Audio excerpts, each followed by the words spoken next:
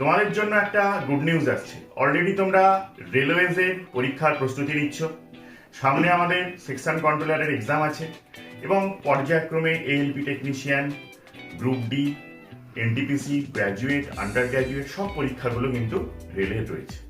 পাশাপাশি কিন্তু এসএসসিও তোমাদের একটা নোটিশ পাবলিশ করেছে, যেখানে এসএসসির ক্যালেন্ডার দেওয়া আছে, যেখানে সিজিএল, সিএইচএসএল এর মতো পরীক্ষাগুলোর ডেট কিন্তু চলে আসছে সামনে।